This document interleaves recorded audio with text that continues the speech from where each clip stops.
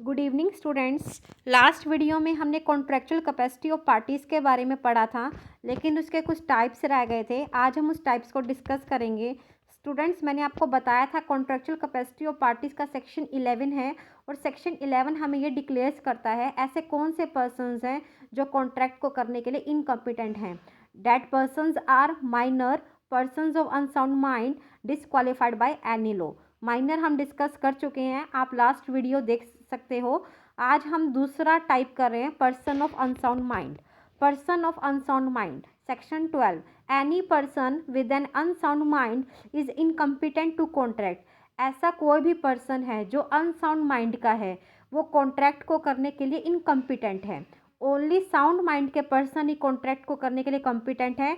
Unsound mind के person contract को करने के लिए इनकम्पिटेंट है। अब स्टूडेंट्स, क्वेश्चन ये अराइज होता है कि हम अनसाउंड माइंड किसे कहते हैं। अनसाउंड माइंड उस व्यक्ति को कहा जाता है जिसको कॉन्ट्रैक्ट के बारे में कुछ समझ ना आ रहा हो। दूसरा, जिसको ये ना पता लग रहा हो कि कॉन्ट्रैक्ट उसके इंटरेस्ट के अकॉर्डिंग या फिर कॉन्ट्रैक्ट पर पड़ने वाला जो इफ़ेक्ट है, कॉन्ट्रैक्ट होने से उस पर जो पड़ने वाला इफ़ेक्ट है उस पर पॉजिटिव इफ़ेक्ट होगा या नेगेटिव इफ़ेक्ट होगा।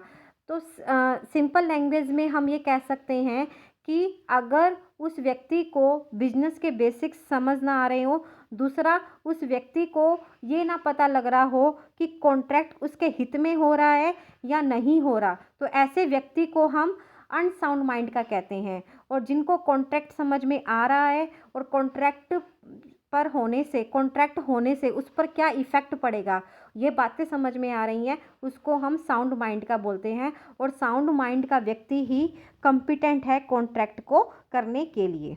ठीक है स्टूडेंट्स, सेक्शन 12 हमें ये भी डिस्कस करता है, हमें ये भी बताता है कि जो अनसाउंड माइंड के व्यक्ति हैं ना, कभी कभी साउंड माइंड के भी हो जाते हैं। अनसाउंड माइंड के व्यक्ति कभी कभी साउंड माइंड के भी हो जाते हैं।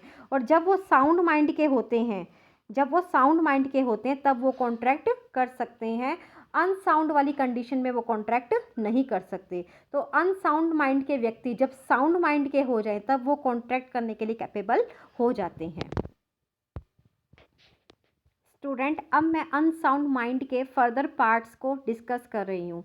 ये अनसाउंड माइंड व्यक्ति के पार्ट्स हैं, लाइक इडियट। स्टूडेंट्स, आपको पता है कि इडियट जन्म से ही क्या होता है, फूल होता है। An idiot is a born fool who has completely lost his mental powers. Idiot हम किसे कहते हैं, जो अपनी मेंटल पावर्स को कम्प्लीटली खो चुका हो। ठीक है। A person who can answer simple queries about name, age, etc.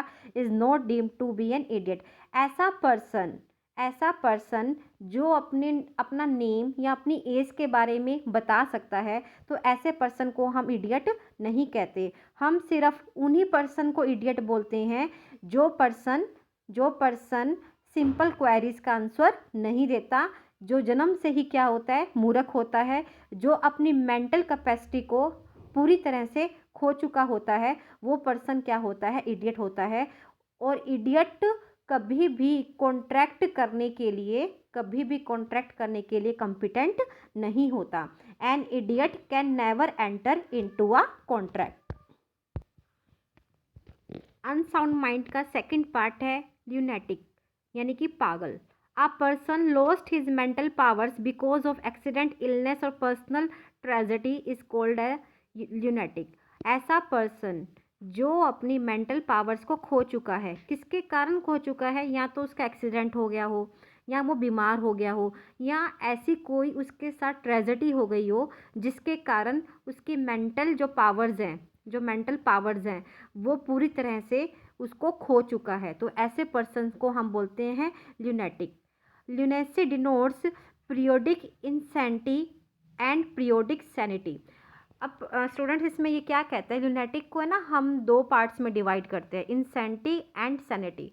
Insanity का क्या मतलब होता है स्टूडेंट, ऐसा पर्सन जो है ना हमेशा ठीक रहता है लेकिन कभी कभी कुछ स्थितियों में पागल हो जाता है।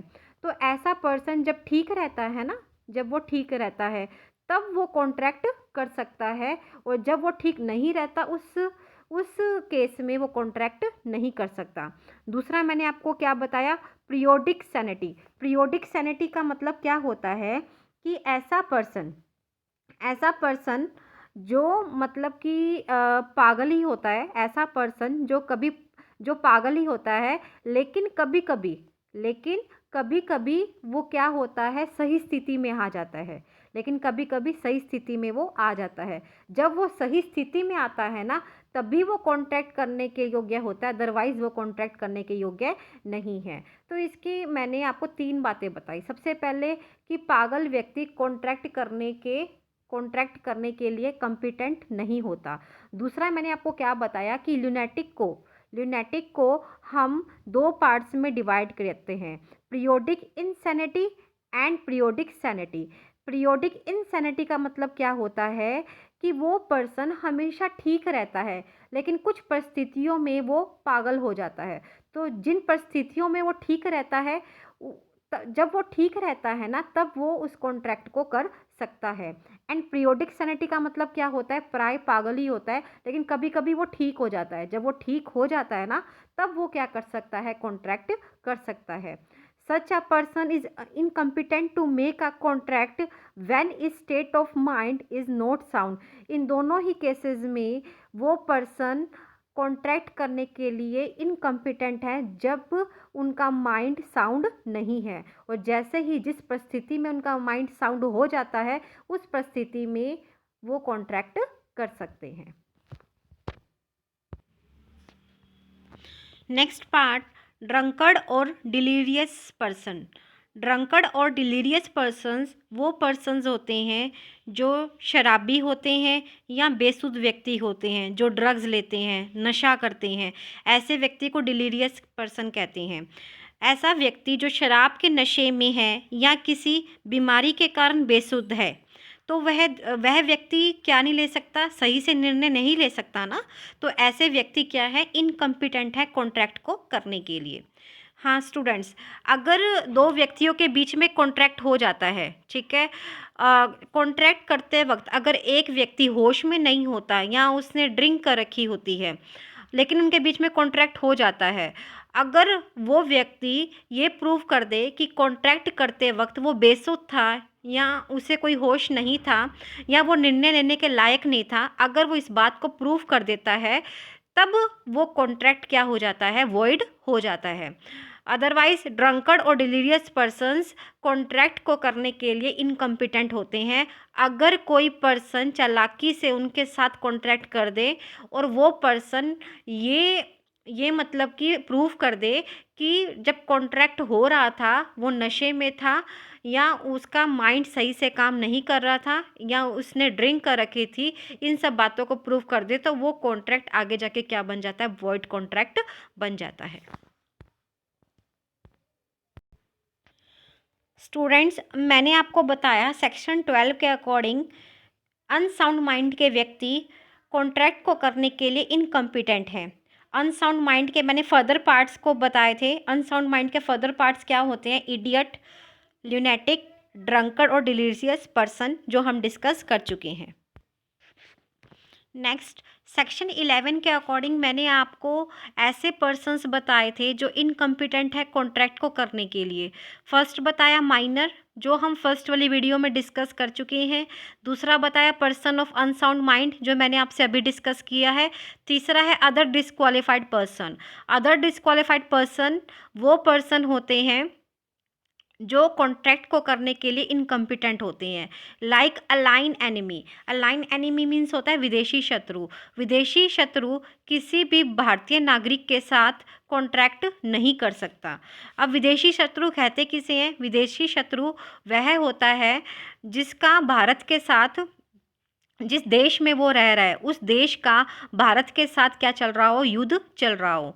अगर कॉन्ट्रैक्ट युद्ध से पहले हो रहा है, यानी कि वार से पहले अगर वो कॉन्ट्रैक्ट हो रहा है, ठीक है, तो युद्ध के समय उस कॉन्ट्रैक्ट को एक बार कैंसिल कर दिया जाता है, ठीक है। और युद्ध खत्म होने पर, यानी कि लड़ाई खत्म होने पर वो कॉन्ट्रैक्ट को कंटिन्यू कर सकते हैं। लेकिन हाँ, युद्ध खत्म होने पर अगर देश के हित के लिए उस कॉन्ट्रैक्ट को उस कॉन्ट्रैक्ट को कैंसिल भी करना पड़े तो वो कैंसिल कर सकते हैं। तो अलाइन एनिमी डिसक्वालीफाइड हैं, अलाइन एनिमी डिसक्वालीफाइड पर्सन के पार्ट हैं। अलाइन एनिमी इनकम्पिटेंट है कॉन्ट्रैक्ट को करने के लिए। Next, president of India. No Indian can file a suit against the president of the republic in any court of law. President of India पर हम किसी भी प्रकार का कोई भी केस नहीं कर सकते। ठीक है, तो स्टूडेंट्स मैंने आपसे डिस्कस कर लिया कि सेक्शन 11 के अकॉर्डिंग ऐसे कौन कौन से पर्सन हैं जो कॉन्ट्रैक्ट को करने के लिए इनकम्पिटेंट है, और वो हम डिस्कस भी कर चुके हैं प्रॉपरली, उनके फर्दर पार्ट्स को भी हम डिस्कस कर चुके हैं। Thank you for watching. Next video में हम नेक्स्ट चैप्टर को करेंगे।